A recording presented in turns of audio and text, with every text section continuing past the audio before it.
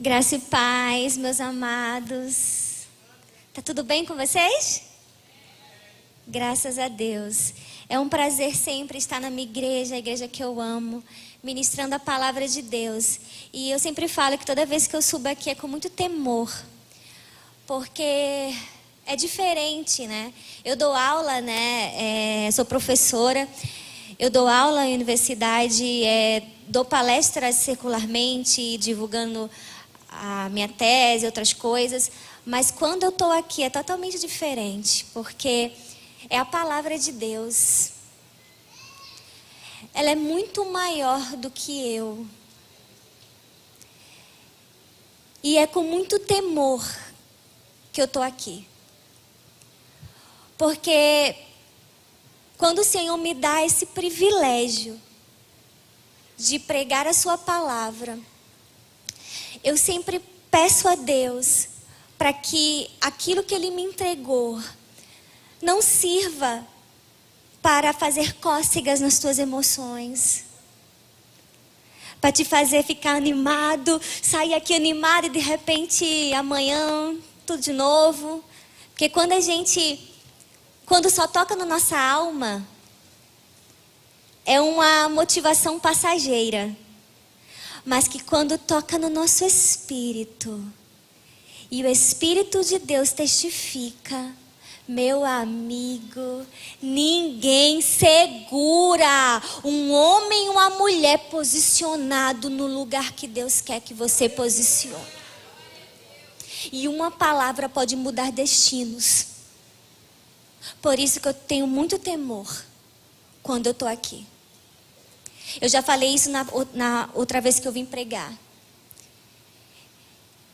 Eu quero que essa palavra alcance o teu futuro. Eu tenho orado a Deus toda vez que Deus me usar, que a palavra seja a flecha que alcance o futuro dos meus irmãos.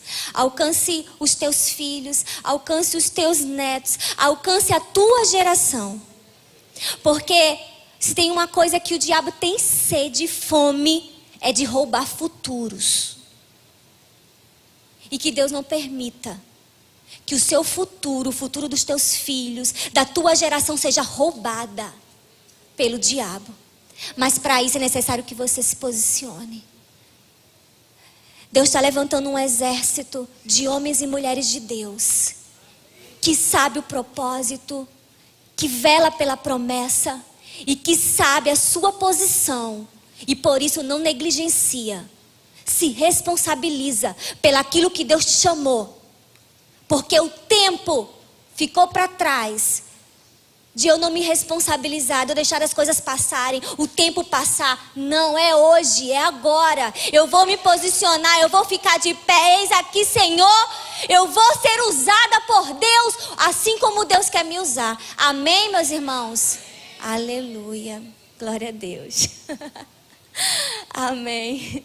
Pode colocar o slide da pregação de hoje, o tema, né? Eu e o pastor Marcos, né? Somos líderes da igreja filial da Barra da Tijuca. E nós estamos vindo numa sequência de pregações que Deus tem colocado no nosso coração. Que Deus tem nos dado uma orientação para pregar para a família. E olha, meu irmão, que tem sido luta, hein? Né, pastor? Pregar para a família é luta, é guerra. Só Deus sabe o que a gente tem enfrentado, eu e ele, mas nós somos mais que vencedores no nome de Jesus. Porque eu entendo que o propósito é para a família. É famílias que Deus quer salvar. É famílias que Deus quer usar. É gerações que Deus quer transformar. E aí eu estou fechando hoje uma série que eu comecei, inclusive eu já preguei todas elas aqui, mas não sequenciado assim.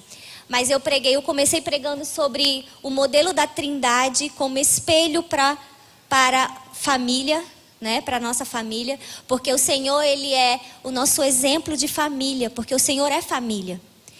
Ele é Pai, Filho e Espírito Santo, e cada um tem uma atribuição. É Deus, mas cada um com atribuição. E aí eu fiz essa pregação sobre a Trindade como referência de família. Depois eu fui para Judá e Tamar, Zípora e Moisés, e estou fechando hoje com José e Azenate.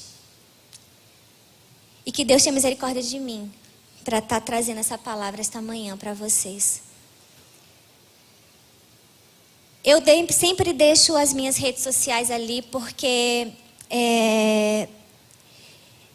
eu tenho, assim, eu me deixo disponível, sabe? Para que você quiser mandar uma mensagem, para que você quiser pedir uma oração, para que você quiser chegar próximo pedindo ajuda. Às vezes nós buscamos tão longe, né? A gente fica tão longe, fica correndo atrás de tantas pessoas que estão tão longe.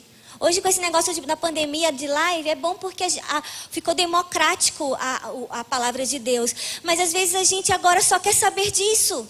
E a gente não entende que na nossa igreja tem pessoas ali perto que podem estender a mão sobre você e orar por você, dar uma palavra, botar a mão na tua cabeça, orar contigo. Ei, estou aqui, ó, vamos lá. Amém? Ah, Thaís, mas você não tem tempo. Quem disse? Esses dias uma mulher mandou uma mensagem para mim e falou o seguinte... Mandou uma mensagem pedindo ajuda, estava aflita com um problema em casa. Aí eu respondi para ela, tô orando com ela no WhatsApp. Ela fez, mas você me respondeu? Eu disse, lógico, você não me mandou uma mensagem, eu respondi. Não vou talvez responder no mesmo tempo, porque você sabe, né, gente? Mãe de bebê, sabe? É complicado. Mas eu respondo, porque o dia que uma pessoa aflita procurar conselho e não achar em mim, eu não entendo mais o que é reino de Deus. Se Patrícia chegar para mim e dizer, Thaís, eu estou desesperada, meu casamento está acabando, me ajuda. Se eu não ouvir essa mulher e não ajudar, eu não entendo mais o que é reino. Você está entendendo? Se José aparecer, Thaís, eu estou desesperada financeiramente. Às vezes aparecem para mim, eu não sei muito bem aconselhar. E na nossa igreja tem mulheres de Deus que podem ser usadas para você, para falar para você. Tem homens de Deus também aqui que pode ser usado para te mentorear, para falar para você. Aleluia, glória a Deus. Porque nossa igreja de Deus tem capacitado mulheres e homens de Deus para aconselhar, para mentorear, para consolidar o povo do Senhor. Amém? Amém. Amém. Então Deus me deu essa palavra, José e Azenate, a minha família nasceu para governar. Vamos abrir a nossa Bíblia? Por favor, em Gênesis 41.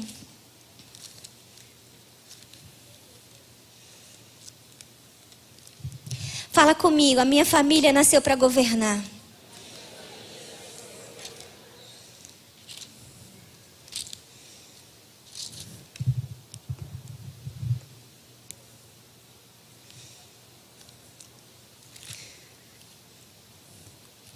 Gênesis 41, 45 diz o seguinte.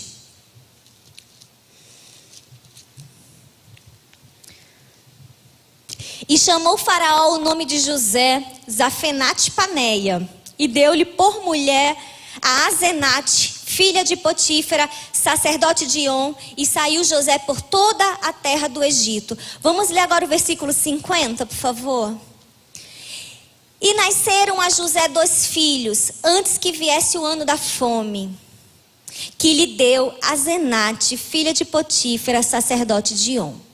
Segunda vez que esse nome é citado, Azenate, e a terceira vez vai ser em Gênesis 46, quando é descrito ali toda a descendência de Jacó que sobe ao Egito. E aí ele vai lá que são 66 pessoas que sobem com Jacó, e somado junto com a família de José, soma-se 70 pessoas da casa de Jacó. E aí ele cita Azenate quando vai falar o seguinte, ele cita as matriarcas, ele cita, começa por a descendência de Rúben, Simeão, Levi, aí vem a descendência de Judá, Issacar, Zebulon, Diná, e diz, eles nasceram de Lia. E aí ele vem descrevendo a descendência, aí passa para José, para Benjamim, e diz, esses são a descendência de Raquel. E de José nasceu 2 filhos, de Azenate, filha de Potífera, sacerdote de On. Aí depois eles descrevem os filhos de Zilpa e os filhos de Bila. Para o judaísmo, Azenate não é considerado uma matriarca. Eles dizem que matriarcas maiores são Raquel e Lia, e as matriarcas menores são Zilpa e Bila. Só que Azenate faz parte É tanto que ela é descrita em Gênesis 46 como uma matriarca do povo de Israel. Sabe por quê? Porque ela é mãe de Efraim e Manassés, que se tornaram cabeças de tribos. E Efraim ficou uma nação tão forte que o reino do norte, que eram as 10 tribos, fora Judá, o reino do norte, por muito tempo, era conhecido como Efraim. Tão forte que essa tribo se tornou. Porque foi uma profecia, quando Jacó abençoou os 2 filhos de José, ele coloca a mão direita sobre Efraim, que era o mais novo, e diz que ele seria maior do que o mais velho, né, do que o primogênito. Então, gente, ela é uma matriarca. Mas o judaísmo, né, o povo judeu, eles não aceitam isso. Como é que José é um homem de Deus, fiel? A gente sabe que ele fugiu de muitos momentos que ele foi tentado. Que ele teve que sair pelado para não cair no pecado com a mulher de Potifar. Um homem fiel a Deus, que mesmo com todas as suas dores, tudo que ele sofreu, ele continuou fiel ao Deus de Israel, mesmo em terra estranha, mesmo governador do Egito, mesmo com todas as influências, inclusive da sua esposa, porque ela é de uma linha de sacerdotes. Mesmo assim, ele continuou fiel ao Deus de Israel. E aí Deus dá uma mulher pagã para ele casar? Aí sabe o que eles fazem, os judeus? Eles criaram as histórias aí. Eu não sei se já ouviu falar do Midrash. Midrash é uma Torá falada. Que os judeus acreditam, né? Que quando Deus entrega as leis para Moisés no monte, e escreve as tábuas da lei, né, com os mandamentos, né, o Torá, o Pentateuco, né, os cinco livros, ele escreve, mas que paralelo a isso tinha a Torá falada, coisas que Moisés não escreveu, mas que Deus falou e revelou para ele histórias. E aí os rabinos dizem que essa tradição é passada de pai para filhos. Hoje o Midrash ele é escrito, mas ele só foi escrito 1 século antes de Cristo e só terminou sua escrita no ano 50 depois de Cristo. Hoje o Midrash ele é escrito e os rabinos usam ele muito para nas sinagogas, né, nos seus momentos ali, eles usam o Midrash. Mas o Midrash ele não é aceito pelo cristianismo. Algumas histórias elas não contêm hoje, né, quando foi organizado, né, o cânon sagrado, muitos cristãos ortodoxos não aderiram a muitas histórias porque não eram coerentes ali com os princípios de Deus, com a pessoa de Deus. Então, muitos foram colocados e caíram em lendas, caíram em histórias, né, que é contado. Então, a história de José inspirou muitas histórias. O Midrash fala da história de José e Azenate. Diz que Azenate era filha de Diná, que foi abusada. E que por causa de tudo que houve de difícil na vida dela ser abusada, Azenate foi enviada para o Egito.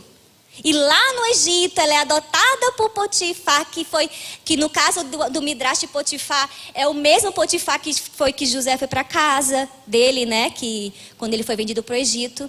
O Midrash fala essa história. E tem outro livro apócrifo. O que são livros apócrifos? São livros, evangelhos apócrifos. São evangelhos também que não fazem parte do cânon. Por quê? Porque também não são coerentes. Então na hora da organização eles ficaram de fora. Então existe o apócrifo José e Azenate. E aí é outra história, já é outro desvendar. Quem tem curiosidade, tem até para baixar no Google, se você quiser a história, né? Sei lá, curiosidade, como fosse uma história, uma lenda que eles contam, né? Então assim, inspirou muito, porque ficava essa precisa sobre ela. Amém? Porque o que a Bíblia não mostra, eu não preciso dar ouvidos. Amém? Aleluia? Se não está na Bíblia, eu não preciso dar meus ouvidos. Mas as 3 vezes que essa mulher aparece, me diz muito. me diz tudo. Amém? Amém? Mas eu queria vir com vocês aqui num contexto, porque assim, todo mundo sabe a história de José. Todo mundo sabe. E para quem não é muito assim de ler a palavra, sabe? Passou recentemente aqui Gênesis. E claro que Gênesis tem um toque poético, né? Na história de José e Azenata, eles deram um toque poético. Mas eles contaram um pouco a história de José, para quem assistiu Gênesis, né? E a gente ouve muitas pregações em cima de José. A história de José não é estranha para nós. Mas eu gosto de trazer o contexto para que a gente possa entrar naquilo que Deus quer. José, ele era o 11º filho de Israel. Israel, que foi era Jacó, que foi mudado o nome para Israel. Ele era o filho de Raquel, a mulher que Jacó amava. Qual ele trabalhou 14 anos para casar com ela. E a palavra de Deus diz em Gênesis 38, a partir do versículo 3, que é aí quando começa a história, Gênesis 37, perdão. Versículo 3, que é quando começa a história de José, ele protagoniza a história, menos, até o final de Gênesis, menos em Gênesis 38, que eu preguei isso na semana passada, que quem protagoniza essa história de Gênesis 38 é Judá, e tudo tem um sentido, porque a história de Judá cai de paraquedas no meio da história de José. E aí quem quiser saber, procura na internet, que não tem como eu dizer agora. Mas é profético, porque Judá cai no meio da história de José. E aí, Gênesis 37 começa a história desse protagonista, José. Aí Gênesis 37, 3 fala o seguinte, começa dizendo o seguinte, que ele era amado pelo pai Jacó, mais do que os seus irmãos. E aí começa a destrinchar, né? E fala que ele era tá aqui. Israel amava José mais do que todos os seus filhos, porque era filho da sua velhice e fez-lhe uma túnica de várias cores. E aí começa tudo, né? Por quê? Porque ele era amado. Eita! Começou toda a sua dor só porque ele era amado. E aí Jacó fez uma túnica de cores, uma túnica, na verdade, uma túnica muito ornamentada, uma túnica que existia uma intencionalidade, porque essa túnica era dada para o primogênito. Então imagina só o primogênito, Rubem, vendo, que ele está ganhando essa túnica? Por que ele? Né? Aí os outros irmãos vendo todo esse amor de Jacó pelo seu filho, né? No caso de Israel para o seu filho. E aí eles falaram, por que ele ama mais?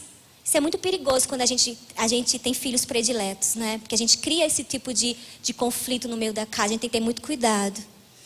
E aí ele começou aquela trama de ódio, aquela coisa entre os irmãos. E para completar, ele inventou de sonhar. Completou. Foi inventar de sonhar, o negócio não é sonhar, o negócio é que ele disse. O negócio é que ele falou. Na hora errada, talvez, ou na hora certa, porque tudo era propósito de Deus. E depois, no final, ele vai entender que tudo era propósito de Deus. E aí ele fala para todo mundo, né? No momento na mesa, assim, que teve um sonho. E que os molhos, né? Ele era como se fosse um molho de trigo. E aí apareciam 10 molhos que se prostravam para ele. Que eram os 10 irmãos, né? Os 11 irmãos. E aí depois ele tem outro sonho, que o sol e a lua e as estrelas se prostravam perante ele. Aí ele falou, peraí, aí já é o pai, a mãe, os irmãos? Como é isso? Tá doido? Quem ele pensa que é? E aí começou a trama toda de ódio. Os irmãos odiavam, a Bíblia diz, odiavam a José ao ponto de tramar a morte dele. Tem muita gente tramando a sua morte. Sabe por quê? Só porque você é amado pelo teu pai. E tem muita gente tramando a tua morte por causa disso. Inclusive o diabo, que usa pessoas para te matar. Está entendendo? E a gente fica a vida toda, eu sou odiado, eu sou rejeitado, eu sou isso, eu sou aquilo. E esquece do mais importante, você é amado pelo teu pai. Aleluia! Você é amado pelo teu pai. Que coisa linda. O teu pai te ama. E aí, a gente sabe da história que, por causa do ódio dos irmãos, eles pensam na morte. Rúben tem uma ideia de colocar ele na cisterna, lá na cisterna, né? Cisterna, né? É o poço, é. No poço, e pensando o seguinte, eu vou colocar ele aqui nesse poço, só para dar um susto, depois eu vou lá, tiro ele, mostro, né? Para ele entender que não é desse jeito que ele está pensando as coisas, para dar uma lição nele, né?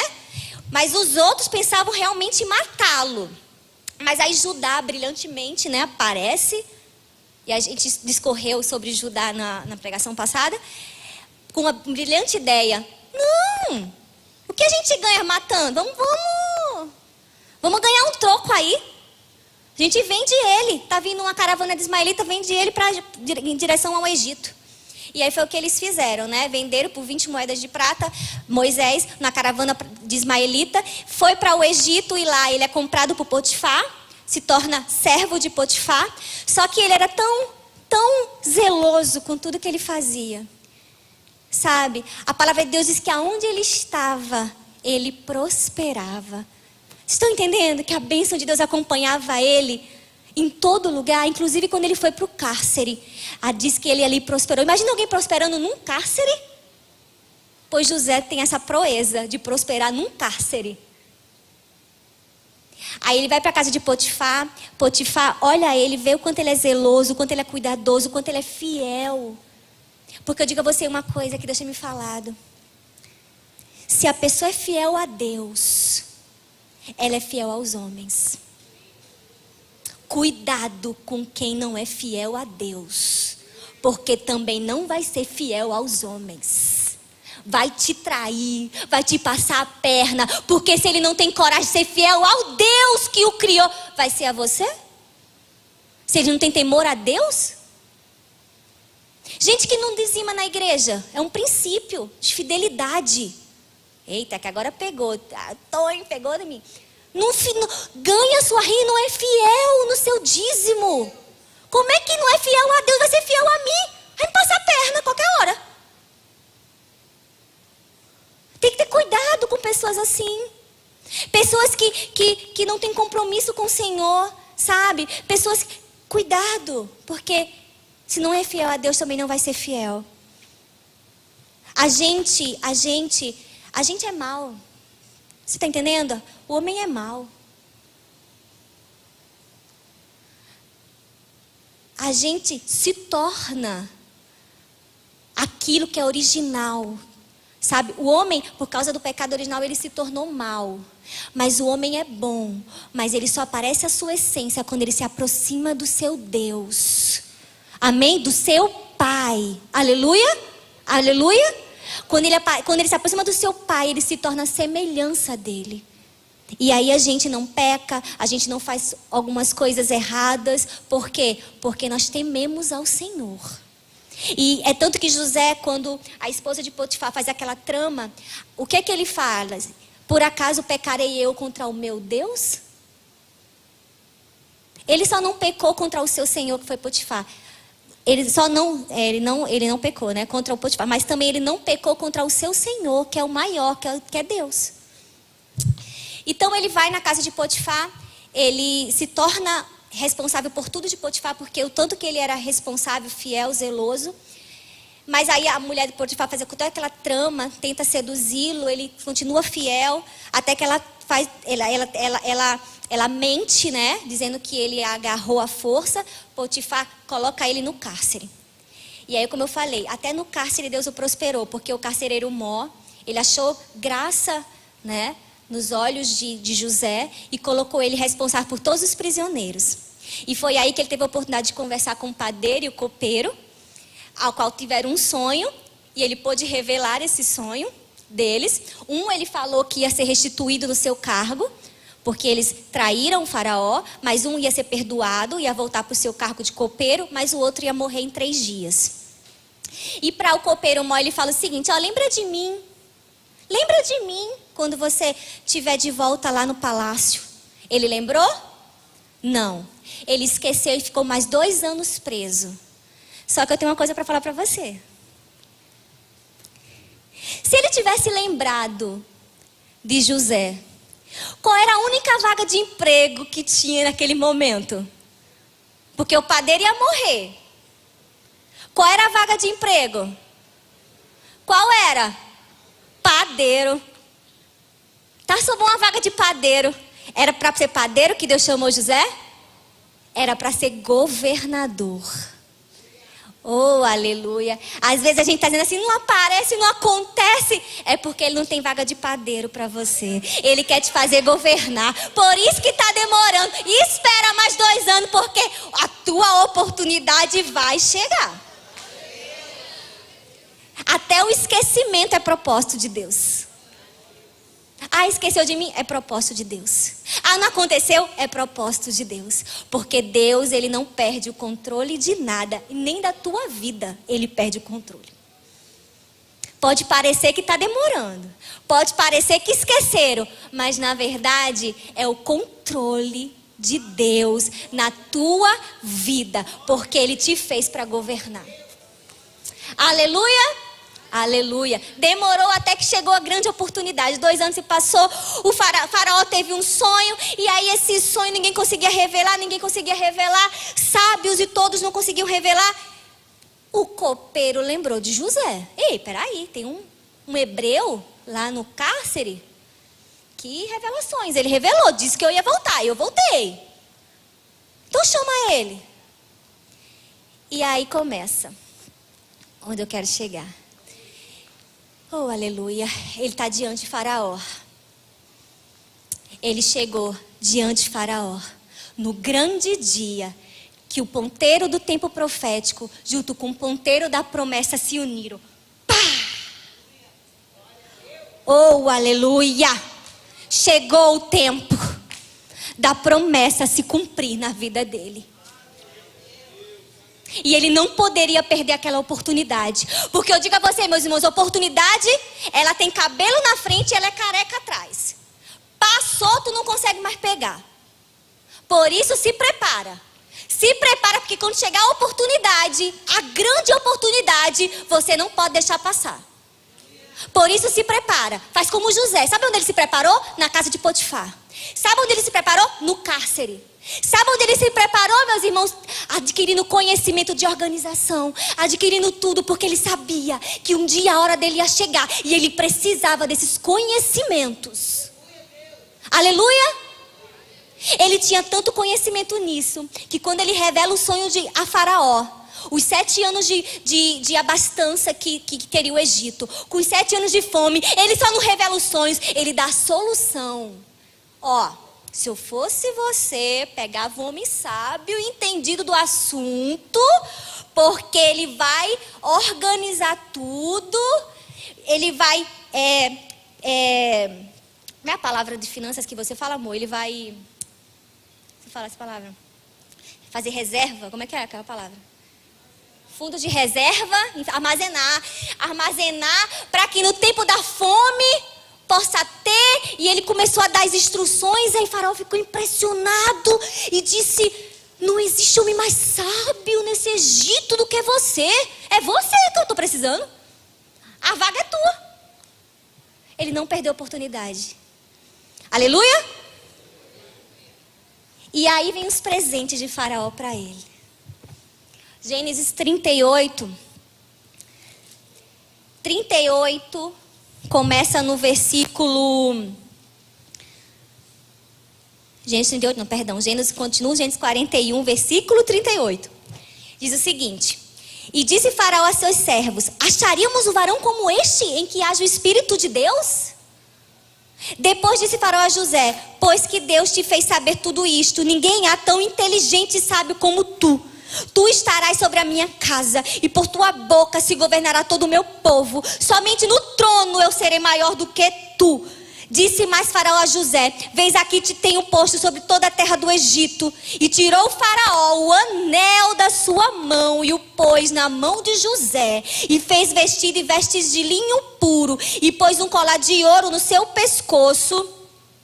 E o fez subir no segundo carro que tinha, e clamavam diante dele: ajoelhai. Assim o pôs sobre toda a terra do Egito. E diz Faraó a José: eu sou o Faraó, porém sem ti ninguém levantará a sua mão ou seu pé em toda a terra do Egito. E quando a gente leu no 45 que Deus muda o nome dele para Zafenate-Pané, ele dá uma esposa pelo nome Azenate. Deus começa colocando um anel, o Faraó começa colocando um anel no dedo de José. Já pararam para prestar atenção numa coisa? O anel deu no dedo. Já parou para pensar nisso? Poderia não ter dado, mas coube direitinho no dedo de José. O anel que Deus tem para você vai caber no teu dedo, não é de outro, não é no teu. Não tem aquela história da a Cinderela, né? Que deixa o sapato? É a Cinderela? Né? Que só coube no pé dela, porque o lugar era dela. Pois é assim, tem um anel que só cabe no teu dedo. Tem jeito. Ele está sendo reservado, ele vai ser tirado do dedo de um grande autoridade colocado no teu. Aleluia? Mas eu quero dizer para você, calma aí, que esse anel tem um preço. Sabe qual é o preço desse anel? Superar as dores que te causaram. Sabe por que ele colocou um anel no dedo? Porque ele superou as dores que o causaram. As dores só aperfeiçoou o caráter. Só o preparou para o que Deus queria para ele. Às vezes tem muita gente que a dor molda você para o que Deus não quer. A gente fica amargo, a gente fica desacreditado, a gente não mais acredita que Deus possa fazer. A gente se afasta de Deus, das promessas. Aí perde o anel que Ele quer te dar. Porque se tem uma coisa, Deus não perdeu o controle. Vocês sabiam que... Vocês creem que nada é impossível para Deus, não creem? Creem nisso? E se eu disser a vocês que existe algo que é impossível para Deus? Ei, Teresia, capítulo 1, versículo 16. Como assim tem algo que é impossível para Deus? Tem. A moça pode ler para mim? Hebreus 6, 18, por favor? Se puder colocar ali, vocês vão ver o que é impossível para Deus. Deixa eu só ver se é Hebreus 6, 18, tá? É. Com essa voz abençoada que Deus me deu. Glória a Deus, é meu marido. Amém. Mas pode ser ali, é mais rápido. Agora que eu já abri aqui, eu vou ler aqui. Hebreus capítulo 6, versículo 18. Diz assim: para que mediante duas coisas imutáveis, nas quais é impossível que Deus minta. Só isso. O que é impossível para Deus? O quê? Deus mentir. Glória a Deus. Se Deus disse, vai acontecer. Porque é impossível que Deus minta.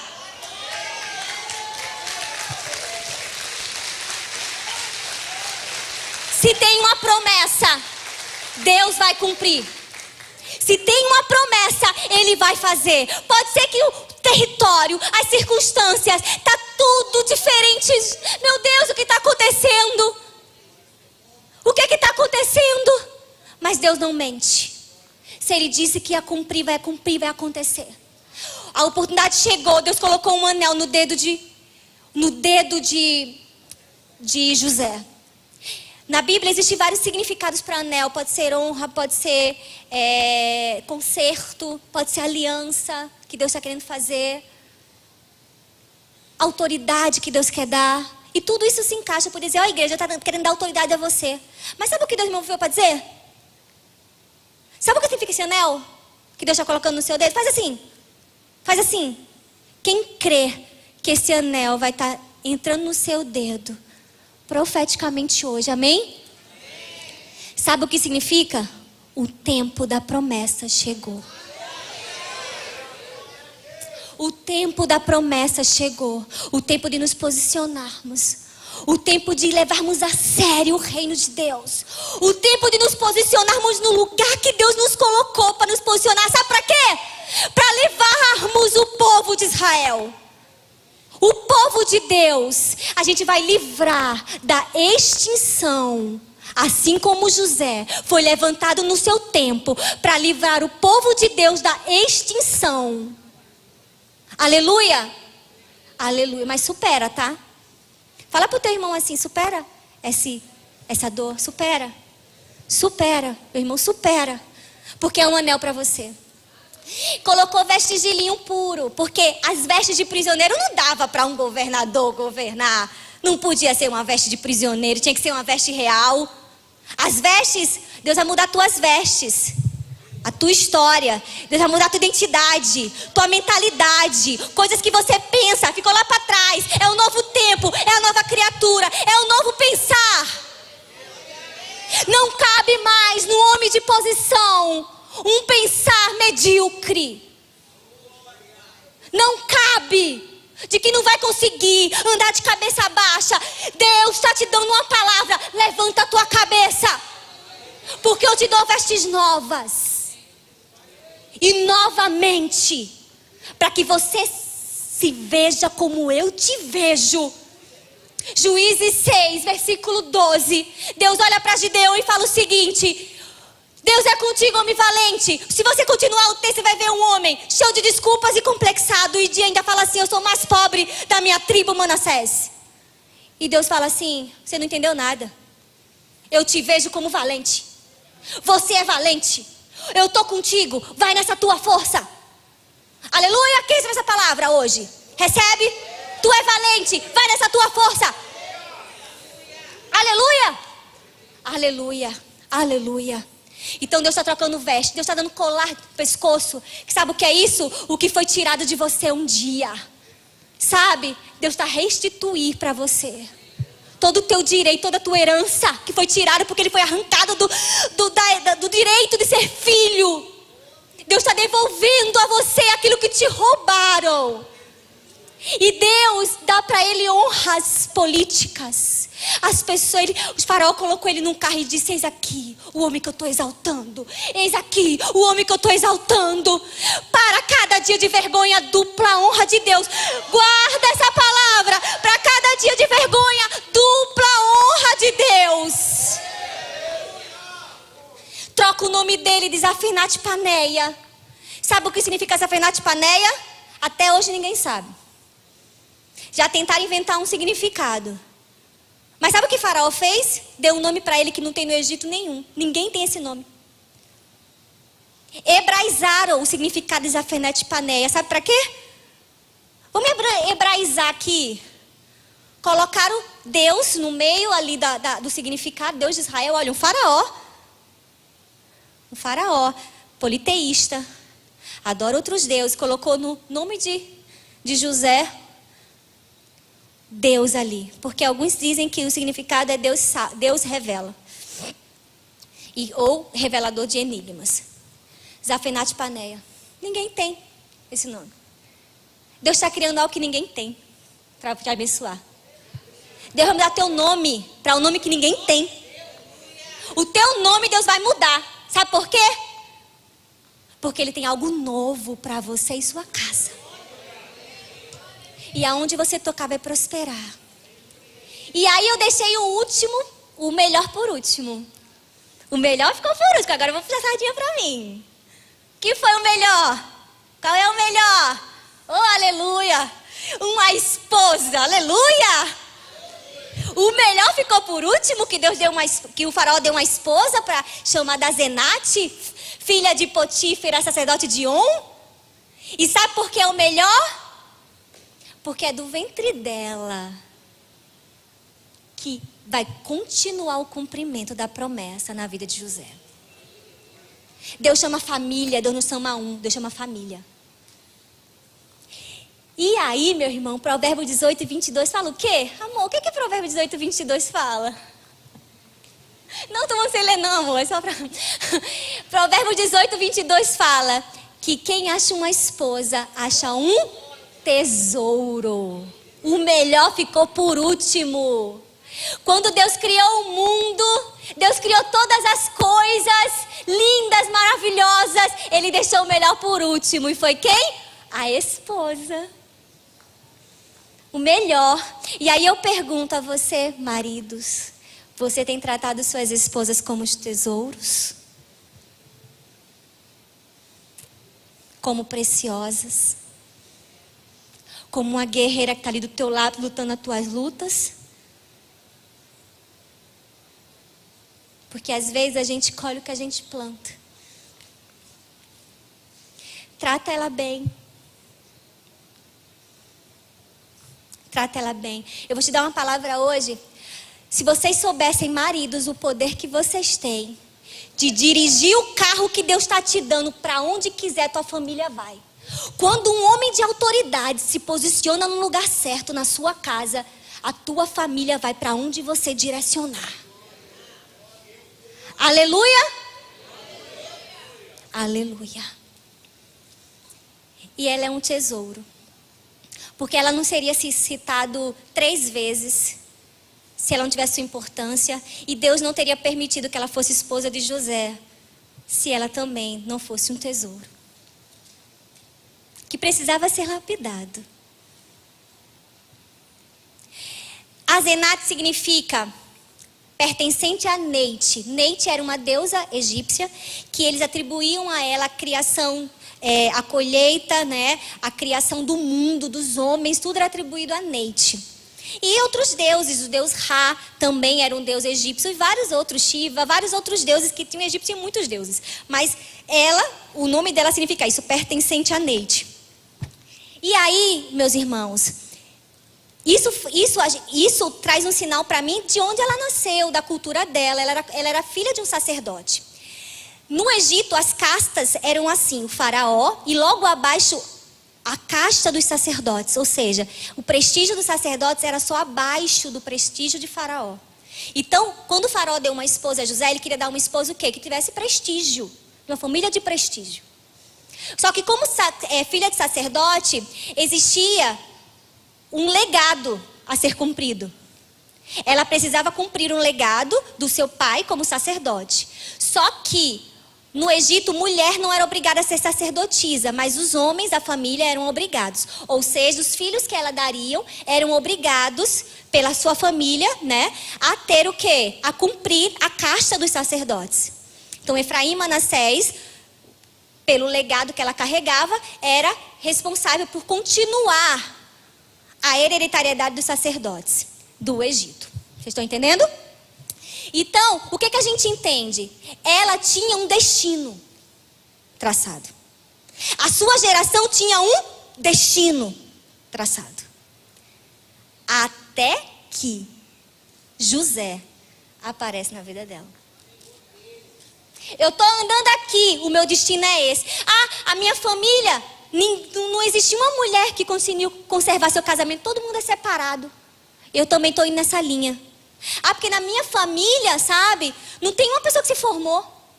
Eu também não vou se formar. O meu pai ficou a vida toda dizendo que não vou dar para nada na vida. Eu também não vou dar. Deus está te dando vestes novas, lembra? Nova mentalidade para o que Deus quer fazer na tua vida. Aleluia. Até que José apareceu. Sabe quem representa José? Jesus. Quando Jesus aparece, muda destinos. Azenate, você era para estar aqui, ó, adorando os deuses, sacrificando para Deus Ra, Deus Neite. Não. José aparece e ela se torna, muda o destino dela. E ela se torna uma matriarca do povo de Israel. E aí eu pergunto, José foi um homem de autoridade na sua casa. Porque se tem alguém que era ocupado, era José. José era tão ocupado, porque quem trabalhava era ele. Faraó, essa era a figura ilustrativa. Porque quem trabalhava era José. Era ele que estava com o anel do faraó para selar as coisas e dar as ordens. Ele passeava por todo o Egito. Aí eu pergunto, ele teve 2 filhos de Azenate. Como era o nome deles? Efraim e Manassés. Eram nomes egípcios? Eram? Efraim e Manassés é nome egípcio? É nome o quê? Hebreu. Sabe o que representa Manassés? Deus me fez esquecer o tempo do meu trabalho. Sabe o que significa trabalho? Esse trabalho aqui em hebraico não é trabalho de ofício, de ganhar renda. É trabalho de dores. É trabalho de algo que me custou um preço. Deus me fez esquecer das minhas dores. Olha que bênção. Quando nasce seu filho, ele olha e faz: Deus me fez esquecer. O nome de Deus está impregnado no nome do seu primeiro filho, como também vai estar impregnado no nome do seu segundo filho, Efraim, que significa: Deus me fez prosperar em terra estranha. E aí eu pergunto, os hebreus, eles tinham preconceito, porque era um povo que aos olhos dos egípcios era abominável. A gente vê isso quando José faz o banquete para os seus irmãos, né, que na verdade ele não era José ainda para os olhos dele, ele era só o governador do Egito. Mas quando faz o banquete, eles não podem comer junto com eles. Por quê? Porque eles eram hebreus, e os hebreus eram abominação para os egípcios. E aí eu pergunto, Manassés e Efraim, filhos de governadores com nome hebreu, carregando o nome hebreu. Imagina ele com os amigos, imagina ele na escola, imagina todo mundo sacrificando Ra, todo mundo sacrificando Anete, todo mundo fazendo orgia, todo nos cultos lá pagão. E eles? Eles eram filhos de José. Aqui não. Aqui não tem esse negócio não. Os meus filhos sabem a quem nós servimos. Eu e minha casa servimos ao Senhor. Aqui não. Potífara: José, eu tenho que levar os meninos para começar o ritual para ser sacerdote. Aqui não. Meus filhos não. Eles não vão se misturar. Eu posso estar nessa terra estranha, mas aqui não é o meu lugar. Eu sei de onde eu vim e eu sei para onde eu vou. Aleluia. Aqui não. Pai, eu estou sofrendo bullying. Nem existe a palavra, lógico, né? Mas estou só contextualizando. Bullying dos meus amigos. As pessoas não querem ser meus amigos porque eu tenho esse nome. Porque eu sou um hebreu, pai. Meu filho, sabe o que o seu nome significa? Deus me fez esquecer. Sabe o que o seu pai passou? Deixa eu contar uma história para você do que o seu pai passou. Só o Deus poderoso tira um homem da prisão e faz governador do Egito. E por isso nós vamos exercer a gratidão a esse Deus na nossa família. Porque eu não vou me esquecer do que Ele fez por nós. Nunca. Aleluia, dê um aplauso para o Senhor. E a Zenate, onde é que fica nisso? E a Zenate, ela não atrapalhou. Aleluia. Ela podia ter influenciado os filhos para tudo que era lugar, mas ela deixou José governar. Deixa teu marido governar. E marido, se posicione como homem de Deus na sua casa. Porque tem níveis de autoridade e de palavras proféticas que só você pode liberar na sua casa. Se posicione como um homem de Deus. Há Josés aqui. Oh, aleluia, há Josés nesse lugar. Há Josés aqui. A bênção de José que Deus quer derramar sobre a tua casa e sobre o teu lar. E as Zenates que ajudam o marido, que ajuda o marido, que ora por ele.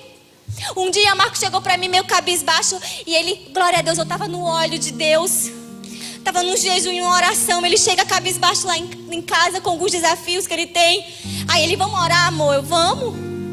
Comecei, me levantei, comecei a profetizar na vida dele e disse: você é José, você não nasceu para ser cauda, você nasceu para ser cabeça.